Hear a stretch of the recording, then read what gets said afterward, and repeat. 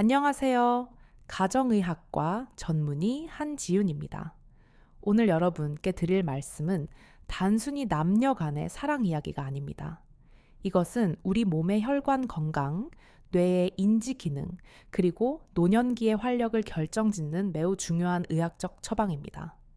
만약 여러분이 오늘 이 이야기를 끝까지 듣지 않으신다면 여러분은 노화라는 자연의 섭리 앞에서 건강을 지킬 수 있는 가장 강력한 천연 백신 하나를 놓치시는 것일지도 모릅니다.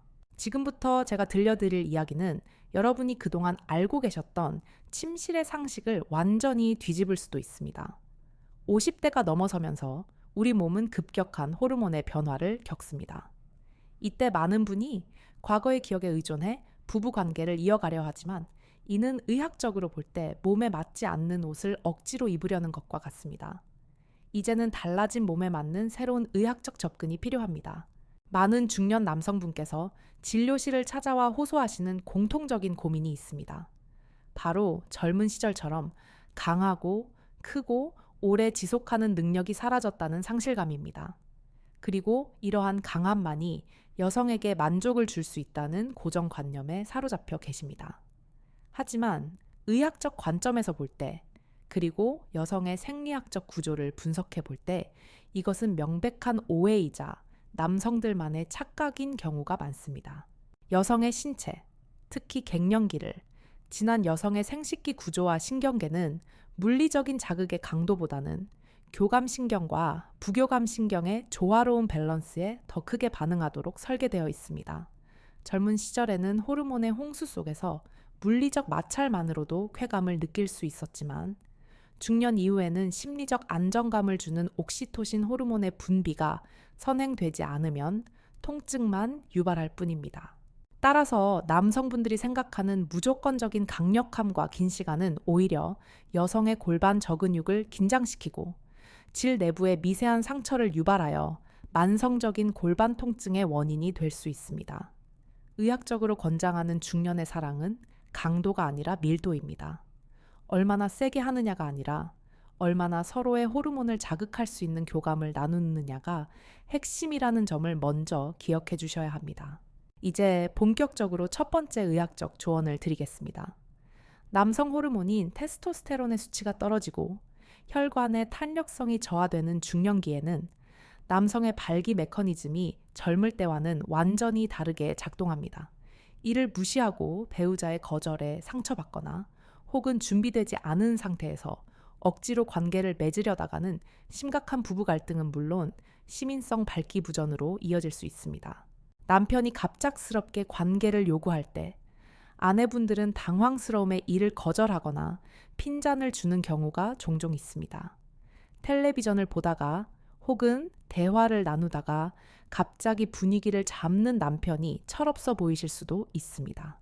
하지만 의학적으로 볼 때 중년 남성에게 찾아오는 이 갑작스러운 신호는 매우 소중하고 희귀한 생리적 현상임을 이해하셔야 합니다. 젊은 남성의 혈관은 산화질소라는 물질이 풍부하게 분비되어 언제든지 혈관 확장이 가능하지만 노화가 진행된 혈관은 이 산화질소의 생성 능력이 현저히 떨어집니다. 즉, 중년 남성에게 순간적으로 욕구가 생기고 신체적 반응이 왔다는 것은 그 순간 몸의 컨디션과 혈류량, 호르몬 수치가 기적적으로 딱 맞아떨어졌다는 신호입니다. 이 타이밍은 남성이 인위적으로 조절하기가 매우 어렵습니다. 지금은 텔레비전 보고 있으니 나중에 침실에 가서 하자라고 미루는 순간 남성의 교감신경이 다시 활성화되면서 혈관은 수축해버리고 애써 찾아온 기회는 물거품처럼 사라지게 됩니다. 이것은 남편의 의지가 부족해서가 아니라 노화된 자율신경계가 반응 속도를 따라가지 못하기 때문입니다. 그러므로 아내분들께서는 남편이 갑작스럽게 다가올 때 이를 귀찮아하지 마시고 그 즉시 긍정적으로 반응해 주시는 것이 부부의 성 건강을 지키는 지름길입니다. 완벽한 분위기나 절차를 따지기보다는 그 순간의 생체 신호를 놓치지 않는 것이 중요합니다. 이는 남성의 자신감을 살려줄 뿐만 아니라 남성 호르몬 분비를 촉진하여 남편의 전반적인 활력을 높이는 최고의 보약이 됩니다. 두 번째로 말씀드릴 주제는 바로 시간의 과학입니다. 우리는 흔히 부부 관계는 어두운 밤, 침실에서만 이루어져야 한다는 사회적 통념을 가지고 있습니다. 하지만 노화의학 전문가로서 저는 이 고정관념이 중년 부부의 성 건강을 해치는 큰 요인 중 하나라고 봅니다. 오히려 해가 떠 있는 시간, 혹은 이른 새벽이 생리학적으로 훨씬 더 유익할 수 있습니다. 우리 몸에는 일주기 리듬이라는 생체 시계가 존재합니다. 흥미롭게도 남성 호르몬인 테스토스테론은 하루 중 새벽 시간대와 아침 기상 직후에 가장 높은 농도를 유지합니다. 반면 하루 일과를 마친 늦은 밤에는 호르몬 수치가 바닥으로 떨어지고 몸은 피로 물질인 젖산으로 가득 차게 됩니다. 가장 에너지가 낮은 시간에 억지로 관계를 가지려니 몸이 따라주지 않는 것은 당연한 이치입니다. 반면 새벽이나 아침 시간은 남성의 생리학적 능력이 하루 중 최고조에 달해 있는 시간입니다. 밤사이 부교감신경이 활성화되면서 음경으로 가는 혈류량이 확보되어 있고 호르몬 수치도 높기 때문에 발기력을 유지하기가 훨씬 수월합니다. 이를 새벽의 기적이라고 부를 수도 있겠습니다. 따라서 밤에 억지로 숙제하듯이 관계를 맺는 것보다는 충분한 휴식을 취한 후 이른 아침이나 낮 시간에 사랑을 나누는 것이 신체적 부담을 줄이고 만족도를 높이는 현명한 방법입니다. 실제로 고혈압이나 심혈관 질환을 앓고 계신 분들에게는 추운 겨울밤보다는 따뜻한 낮 시간대의 관계가 심장에 가해지는 부담을 줄여주어 훨씬 안전합니다. 또한 아침에 나누는 사랑은 뇌내 신경 전달 물질인 도파민과 세로토닌의 분비를 촉진하여 하루 전체의 컨디션을 끌어올리는 역할을 합니다. 단순히 쾌락을 넘어 하루를 활기차게 시작하게 하는 에너지가 되는 것입니다.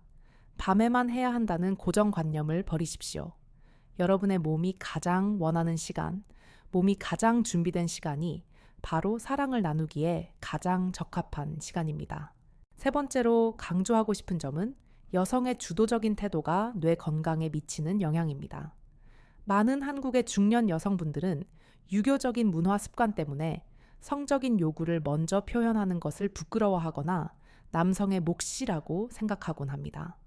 하지만 뇌과학적으로 볼 때 수동적인 태도는 성적 만족도를 떨어뜨릴 뿐만 아니라 뇌의 노화를 가속할 수 있습니다. 우리가 능동적으로 무언가를 원하고 행동할 때 뇌의 전두엽은 활발하게 움직이며 도파민 회로를 자극합니다. 아내분이 먼저 여보, 오늘 어때요? 라고 제안하는 것은 단순한 의사표현을 넘어 뇌를 젊게 유지하는 인지 활동의 하나입니다. 또한 이러한 적극성은 남편에게 강력한 시각적, 청각적 자극이 되어 시들해가던 남성성을 깨우는 기폭제가 됩니다. 부부가 30년, 40년을 함께 살다 보면 서로가 너무 익숙해서 설렘이 사라질 수 있습니다. 이때 필요한 것이 바로 예측 불가능성이 주는 뇌의 자극입니다. 늘 똑같은 패턴, 남편이 요구하면 아내가 응하는 수동적인 패턴을 깨뜨려야 합니다. 아내가 먼저 다가가고 원하는 것을 구체적으로 말할 때 부부의 뇌는 새로운 자극을 받아 활성화됩니다. 배가 고프면 밥을 먹자고 하고 졸리면 자자고 말하는 것처럼 사랑을 나누고 싶을 때 그것을 표현하는 것은 지극히 자연스러운 생명 활동입니다. 나이가 들수록 체면보다는 내 몸의 목소리에 귀를 기울여야 합니다. 내 부끄러움은 순간이지만 억눌린 욕구로 인한 스트레스는 코르티솔 호르몬을 분비시켜 면역력을 떨어뜨리고 만성 질환의 원인이 됩니다. 특히 폐경기 이후 여성은 에스트로겐 감소로 인해 우울감을 느끼기 쉬운데 주도적인 부부 관계는 자존감을 높이고 우울증을 예방하는 데 탁월한 효과가 있습니다. 내가 여전히 사랑받을 수 있는 존재이며 누군가에게 기쁨을 줄 수 있는 존재라는 확인은 정신 건강을 지키는 강력한 버팀목이 됩니다. 이제 네 번째 주제인 윤활제의 의학적 필요성에 관해 이야기해 보겠습니다. 많은 분이 윤활제를 사용하는 것을 부끄럽게 여기거나 무언가 인위적인 것을 쓴다는 것에 거부감을 느끼십니다. 하지만 중년 이후의 성생활에서 윤활제는 선택이 아닌 필수적인 의료보조 도구로 인식하셔야 합니다. 여성이 갱년기를 겪으면 난소 기능이 저하되면서 에스트로겐 분비가 급격히 줄어듭니다. 에스트로겐은 질 내벽을 두껍고 촉촉하게 유지하며 산성도를 조절하여 세균 침입을 막는 역할을 합니다. 이 호르몬이 줄어들면 질 점막이 얇아지고 분비물이 감소하는 위축성 질염 증상이 자연스럽게 나타납니다. 이 상태에서 윤활제 없이 관계를 맺는 것은 마른 장작을 서로 비비는 것과 같습니다. 이는 여성에게 극심한 통증을 유발할 뿐만 아니라 질 내벽에 미세한 열상을 입혀 세균 감염의 위험을 높입니다. 남성 또한 뻑뻑한 마찰로 인해 성기에 상처를 입거나 통증으로 인해 발기가 풀리는 현상을 겪을 수 있습니다. 따라서 침대맡에 윤활제를 항상 구비해 두는 것은 부끄러운 일이 아니라 마치 눈이 건조하면 인공 눈물을 넣고 피부가 건조하면 로션을 바르는 것처럼 내 몸을 보호하는 지혜로운 행동입니다. 남성분들이 먼저 윤활제를 챙기는 센스를 발휘한다면 아내는 통증에 대한 두려움 없이 훨씬 더 편안하게 관계에 몰입할 수 있을 것입니다. 이것은 단순한 테크닉이 아니라 배우자의 건강을 배려하는 사랑의 표현입니다. 이어지는 내용은 파트 2에서 계속됩니다. 여기서는 남은 분량을 고려하여 논리적 흐름을 유지하며 마무리하겠습니다. Part 2, Part 2. Ngồi trên bài, bác sĩ Han Ji-yoon. 주제, 수변비과 신맨, tin được một liệu pháp y học trong lao hoa. 팁툭. 앞선 시간에서 우리는 중년 부부의 신체적 변화와 그에 따른 접근 방식의 전환, 그리고 윤활제 사용의 의학적 중요성에 대해 알아보았습니다. 이제는 조금 더 깊이 들어가서 왜 우리가 나이가 들어서도 심지어 폐경이 훨씬 지난 이후에도 사랑 나누기를 멈추지 말아야 하는지 그 실질적인 의학적 근거들을 파헤쳐 보도록 하겠습니다. 5번째 주제는 바로 폐경은 끝이 아니라 새로운 시작이라는 관점의 전환입니다. 많은 여성분이 폐경을 여성성의 상실로 받아들이고 이제 부부 관계는 졸업해야 할 일이라고 생각하십니다. 하지만 산부인과적 관점에서 볼 때 폐경은 임신에 대한 공포 없이 온전한 쾌락과 교감에 집중할 수 있는 제2의 신혼이 될 수 있습니다. 물론 호르몬의 변화로 선교기 예전 같지 않을 수 있습니다. 하지만 선교는 호르몬만으로 결정되는 것이 아닙니다. 뇌의 인지작용과 심리적 요인이 복합적으로 작용합니다.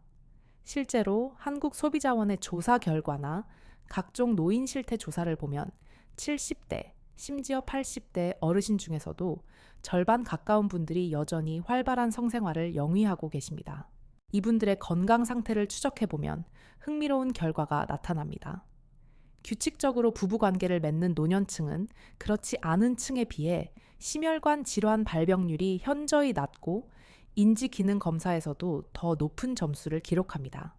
이는 성행위 자체가 유산소 운동 효과를 낼 뿐만 아니라 뇌로 가는 혈류량을 증가시켜 뇌세포의 사멸을 늦추기 때문입니다. 용불용설이라는 말을 들어보셨을 겁니다. 우리 몸의 기관은 사용하지 않으면 퇴화합니다. 생식기 역시 마찬가지입니다. 남성의 경우 규칙적인 발기는 음경해면체 조직에 산소를 공급하여 섬유화를 막아줍니다. 오랫동안 관계를 갖지 않으면 조직이 딱딱하게 굳어 영구적인 발기부전으로 이어질 수 있습니다.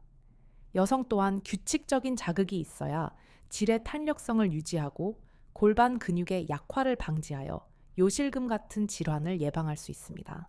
그러므로 단순히 귀찮다는 이유로 혹은 나이가 들었다는 핑계로 사랑을 포기하는 것은 우리 몸의 노화를 방치하는 것과 다름없습니다.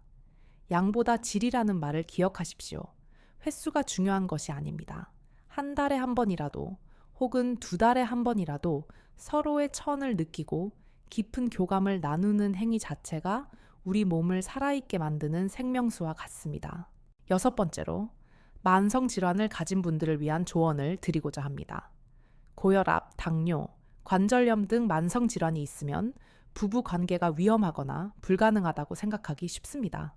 하지만 관리가 잘 되고 있는 상태라면 오히려 적당한 성생활은 이러한 질병의 관리에 도움을 줍니다.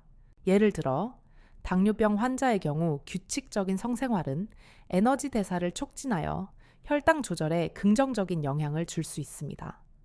물론 저혈당 쇼크 등을 주의해야 하지만 식사 후 적절한 시간이 지나서 나누는 사랑은 훌륭한 운동이 됩니다. 관절염 환자 역시 통증이 심하지 않은 범위 내에서 관절에 무리가 가지 않는 체위를 찾아 사랑을 나누면 엔돌핀 분비로 인해 천연 진통 효과를 얻을 수 있습니다. 중요한 것은 소통과 변형입니다. 젊은 시절의 자세나 강도를 고집할 필요가 없습니다. 서로 편안한 자세를 찾고 쿠션이나 베개를 활용하여 관절의 부담을 줄여주는 지혜가 필요합니다. 아픈 곳이 있다면 솔직하게 말하고 서로를 배려하며 찾아가는 그 과정 자체가 정서적인 치유의 시간이 됩니다. 7번째, 전립선 비대증과 성기능의 관계입니다. 중년 남성을 괴롭히는 대표적인 질환인 전립선 비대증은 소변 보기를 힘들게 할 뿐만 아니라 성기능에도 영향을 줍니다. 많은 남성분이 전립선 약을 먹으면 정력이 떨어진다고 걱정하여 치료를 미루십니다. 하지만 이는 빈대 잡으려다 초가삼간 태우는 격입니다. 비대해진 전립선을 방치하면 배뇨 장애로 인한 스트레스와 수면 부족으로 인해 오히려 성기능이 더 빨리 망가집니다. 최근에 처방되는 약물들은 성기능 부작용을 최소화한 것들이 많으며 비뇨의학과 전문의와 상담하여 적절한 치료를 받는 것이 성생활을 오래 유지하는 비결입니다. 또한 규칙적인 사정은 전립선에 고인 분비물을 배출시켜 전립선염을 예방하는 효과도 있으므로 전립선 건강을 위해서라도 적절한 성생활은 권장됩니다. 8번째, 심리적 발기부전에 대한 대처법입니다. 신체적인 문제보다 더 무서운 것이 수행 불안입니다. 한 번 실패했던 기억 때문에 또 안 되면 어떡하지? 라는 불안감이 엄습하면 우리 몸의 교감신경이 과도하게 흥분하여 혈관을 수축시키고 결국 실패를 반복하게 만드는 악순환에 빠집니다. 이 고리를 끊기 위해서는 아내의 역할이 절대적입니다. 남편이 실수하거나 중간에 시들해지더라도 절대 실망하는 기색을 보이거나 비난해서는 안 됩니다. 그럴 수도 있지. 오늘은 그냥 안고만 있자. 라는 따뜻한 말 한마디가 남편의 긴장을 풀어주고 다음번에는 성공할 수 있는 심리적 토대를 만들어줍니다. 성은 시험을 치르는 것이 아니라 놀이이자 휴식이어야 합니다. 성적 수행 능력에 대한 집착을 내려놓을 때 비로소 몸은 자연스럽게 반응하게 됩니다. 9번째, 식습관과 생활 습관의 중요성입니다. 정력에 좋다는 보양식을 찾아다니는 것보다 훨씬 중요한 것은 혈관을 깨끗하게 유지하는 것입니다. 발기는 결국 혈관 작용입니다. 기름진 음식, 과도한 음주, 흡연은 혈관 내피세포를 파괴하여 발기에 필요한 산화질소 생성을 막습니다. 매일 꾸준히 걷는 유산소 운동은 하체 근육을 단련시킬 뿐만 아니라 골반 내 혈류 순환을 돕는 최고의 정력제입니다. 특히 스쿼트나 케겔 운동처럼 골반 저근육을 강화하는 운동은 남녀 모두에게 요실금 예방과 성감 향상에 탁월한 효과가 있습니다. 비싼 약을 찾기 전에 운동화 끈을 조여매고 밖으로 나가십시오. 허벅지 근육이 튼튼해야 침실에서도 당당할 수 있습니다. 마지막으로 사랑에는 유효기간이 없다는 말씀을 드리고 싶습니다. 주름진 피부와 휘어진 머리카락은 우리가 살아온 세월의 훈장이지 사랑을 포기해야 할 신호가 아닙니다. 나이가 들수록 육체적인 결합보다 더 중요한 것은 정서적인 포옹과 따뜻한 눈맞춤, 그리고 서로의 곁을 지켜주는 든든한 존재감입니다. 손을 잡고 산책하는 것, 잠들기 전 가벼운 포옹, 서로의 등을 긁어주는 사소한 스킨십. 이 모든 것이 넓은 의미의 성생활입니다. 이러한 비성적인 스킨십이 충분히 쌓였을 때 자연스럽게 육체적인 관계로 이어질 수 있습니다. 삽입 선교만이 성생활의 전부라는 좁은 시야에서 벗어나 서로의 몸과 마음을 어루만지는 폭넓은 사랑을 나누시길 바랍니다. 오늘 제가 드린 말씀들을 하나하나 되새겨 보십시오.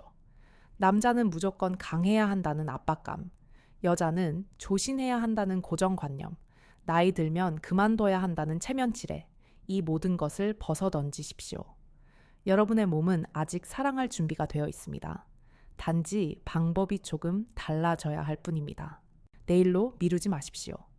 우리 인생에서 가장 젊은 날은 바로 오늘입니다.